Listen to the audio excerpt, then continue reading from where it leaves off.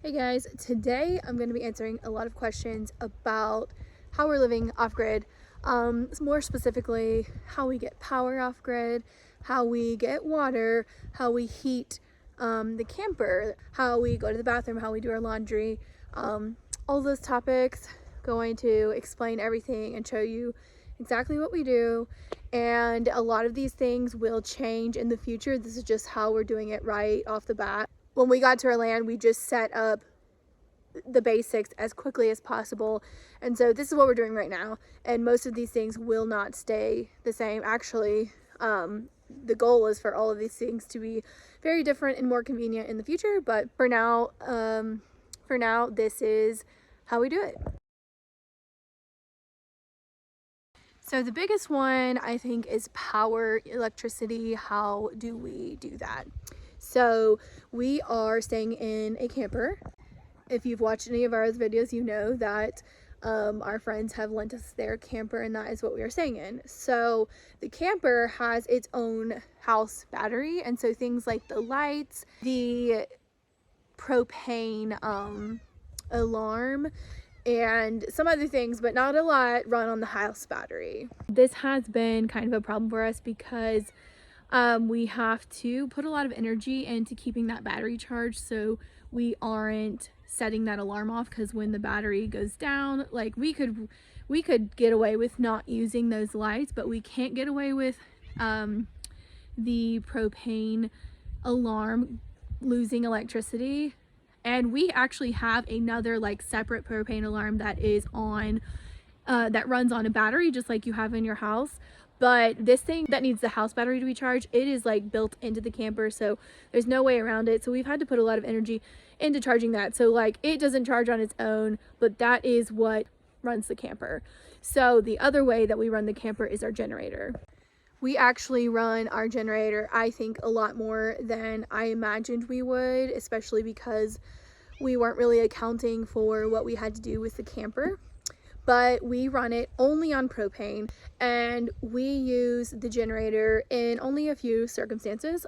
When the generator is on, we make sure we charge everything. So the plugs in the camper they don't work unless you are plugged into power. So when we plug the camper into the generator, it does a few things. One, we get to charge everything, our computers, our phones, everything gets plugged into the wall that we can remember. And then we use things like, the microwave, we can't use the microwave at all unless the generator's on, which we don't use it a lot at all.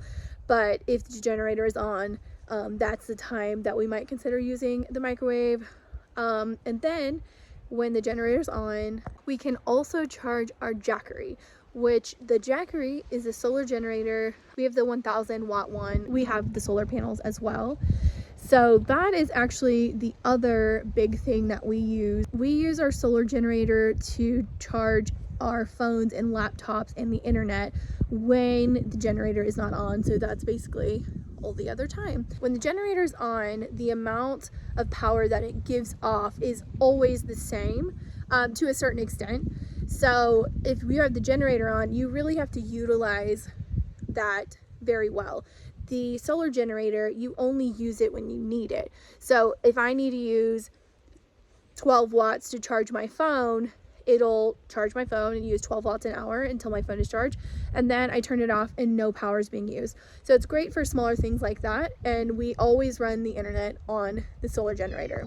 And I know some people think that having internet is not off-grid, but everything else we do is off-grid, and we have to have internet for the businesses that we run. So it's just not an option to not have that. So we have it, and we run it on our solar generator. In terms of tools, we have a lot of tools that run off batteries. We do have a few tools that are, plug-in tools, and we will run the generator to run our chop saw. And we don't do that every time we are doing projects outside, but when we are building, we will turn the generator on, do all the cutting we need to, and then turn it off when we're done. The great thing about all of these different things, in the future we want this to be more efficient, but the great thing is that we can charge the Jackery in the sun. So we can put the solar panels out and charge it, or we can use the when the generator is on, we can plug it into the generator, and all the batteries can be charged through the solar generator or through just the regular generator. So that's kind of what we've got going on for power. There's a few different things, and like I said at the beginning, this is temporary, as are many of the things that we have set up right now, but it's what's working right now, and can't wait to get something more permanent set up. But that's what we have for power right now. So we have a few things going on for water. We are in the process right now of changing, upping our water game, if you will. So I'll go ahead and just tell you what we've been doing since the beginning though. One of our neighbors was gracious enough when we first met him to offer us the use of their water across the street from us. So we have taken them up on that offer, and we will go and get 7 gallons at a time from their property. And we just use these water tanks that we actually have in the van, and we'll go over there and get it. So we are actually out of water right now, so we're going to go across the street and show you how we get the water from our neighbor's house.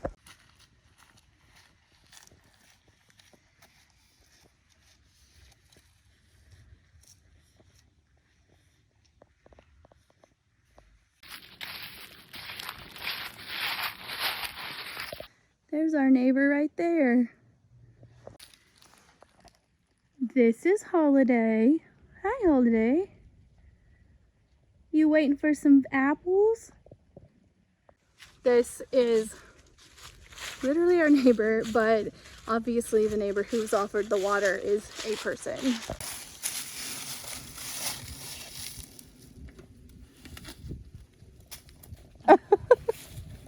You dropped it.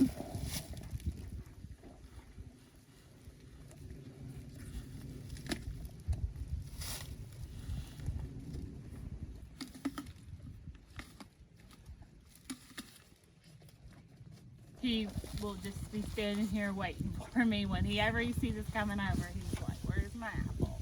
This is definitely a huge plus when I found out there was a horse across the street. I grew up with horses, and so I love them. So very excited to have a horse neighbor. I don't have any more. The kittens have followed us across the street.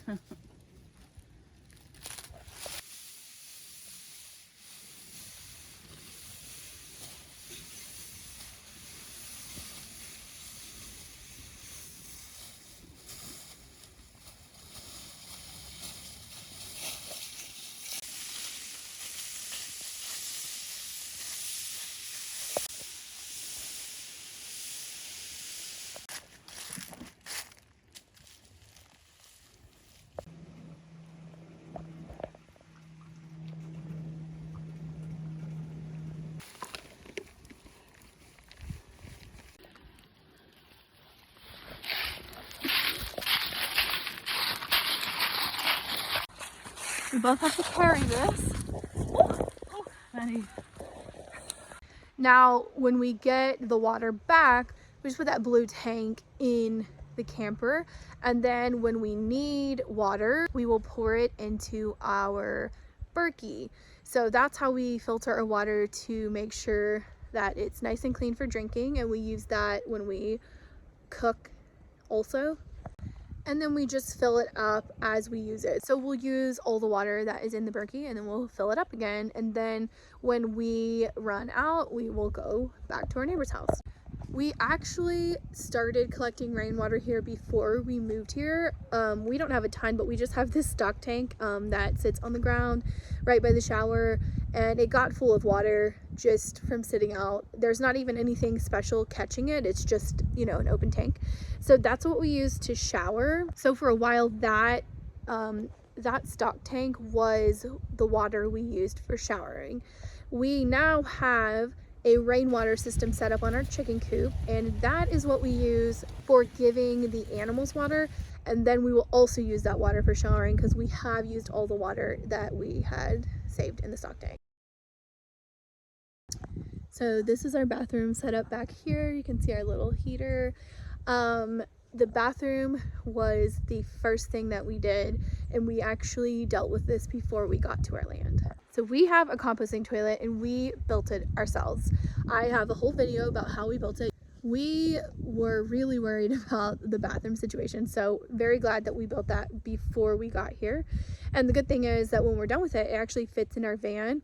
We built it to the van size so that when we aren't using it here anymore, we can just put it permanently in the van and have a toilet option there. In a nutshell, how the composting toilet works is that there are two parts. There is a part where the urine is diverted to, and then there's a part where solids go into.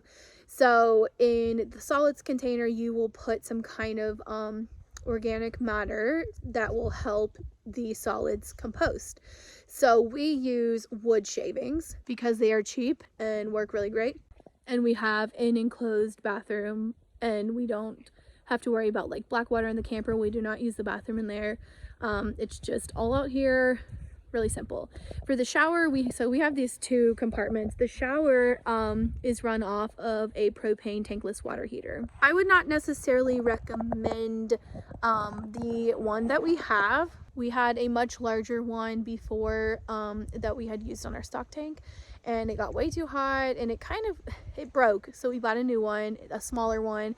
And the thing is I will be using this in our future bathroom that we are working on, because it's good, like it'll heat the water really hot, so it's good for a hot water source, but you have to mix it. You have to have a mixer.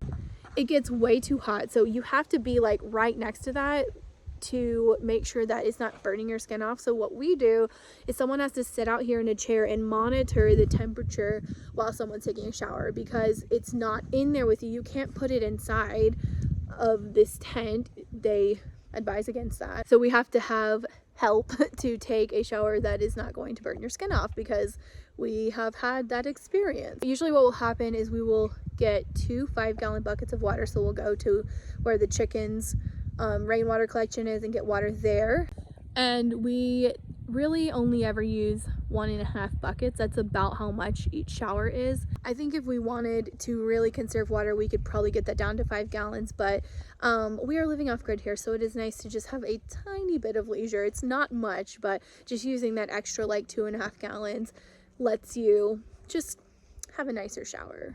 So this water pump that is attached to the water heater, the thing that pumps the water to make it an actual shower, we can run that on the generator or we can run it on the Jackery. It works on both. It does take a lot of electricity, but since you're only taking a shower for like 5 or 10 minutes, it really doesn't take much of the storage. Now that it is colder outside, we have to worry about heat. When we first got here, we weren't using the generator much at all because we didn't have to heat the inside of the camper.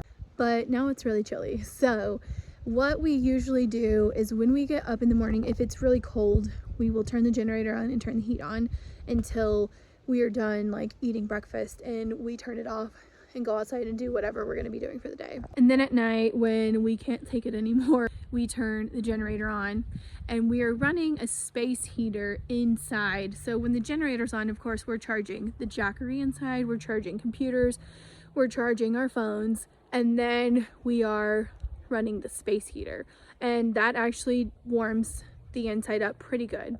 Now the camper does have a heater. It runs off of propane, and it also requires a little bit of electricity, so you can't use it. You can use it a little bit without having it plugged into the generator, but not enough to, like, you would run the battery down so fast, it's not worth doing that because you'll just have to keep turning the generator on.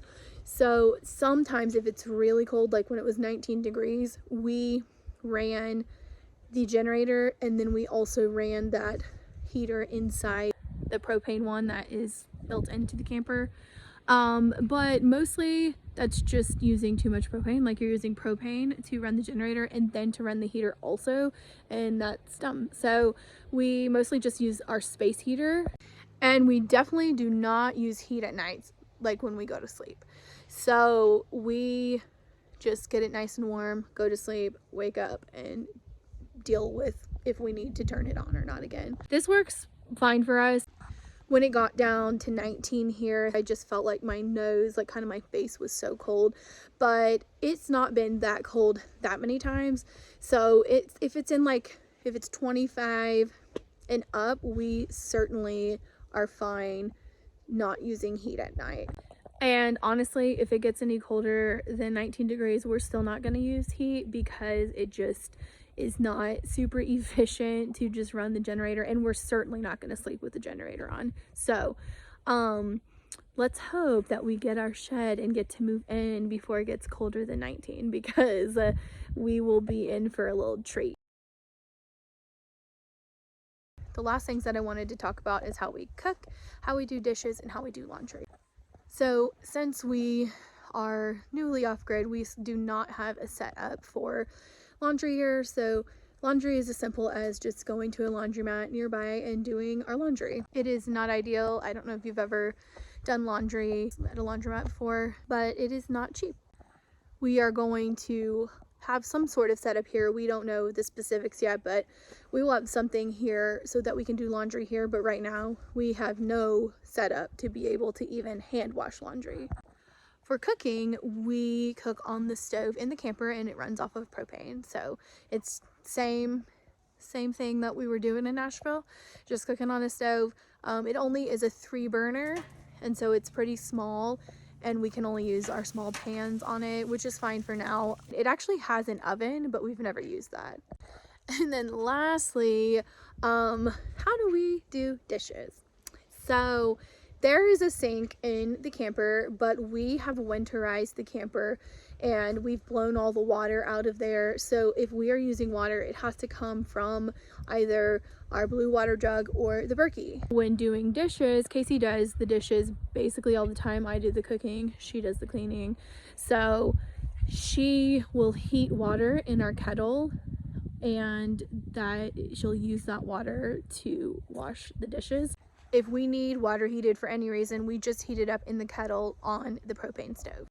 This includes coffee. I don't drink coffee, but Casey drinks coffee. I guess I'll tell you a tiny bit about her off-grid coffee routine, because it is definitely an off-grid routine.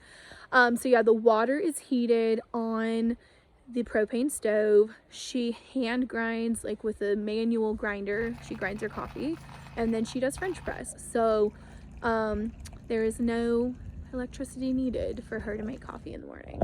Okay, so a lot of these things are probably going to change in the future, even the near future. If you have any questions though, please leave them below. We would love to chat about off-grid living and try to answer any questions that you have. We are new to this and we have done a lot of research. I say we're new to this life on our land, but we have been researching and been really aware about the resources that we are using and have been using for a while.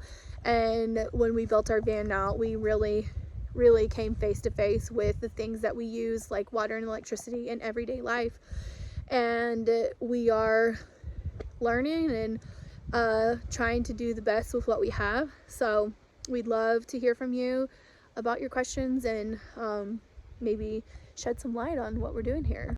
Thanks so much for watching. I hope you will subscribe, because we have lots of content coming out. We feel very passionate about what we are doing here.